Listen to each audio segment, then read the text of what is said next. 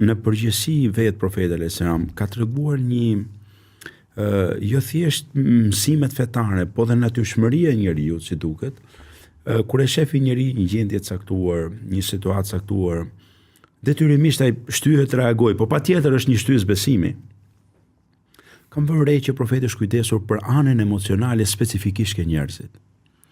Domethënë, përtej nevojës, kam parë një lloj dimensioni komplet tjetër të veçantë që herëherë ne e neglizhojmë kur qasemi me njerëzit nevojë.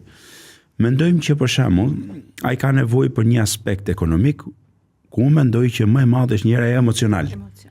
Shumë e drejtë. Dhe për shembull ka hadithet, unë kështu i lexoj që hipni që mos ta marr vesh pra çaj pe djathë majta, kam përshtypjen që është qasë emocionale për shumë se sa gestikulacion që ne mos ta dije majta në kuptimin.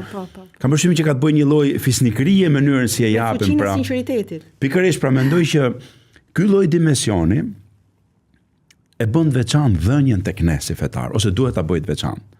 Pra ka bolla jetë që thon bëni mos duke mos e përmendur, duke mos u treguar ju. Është ndrua dhe koncepti se gjatë gjithë historisë njerëzit po pra kanë dhënë, kjo është e vërteta. Bamirës ose filantrop që e quajnë, po gjithmonë ato e kanë shfaqur bamirësinë e tyre duke ia dhënë tjerëve.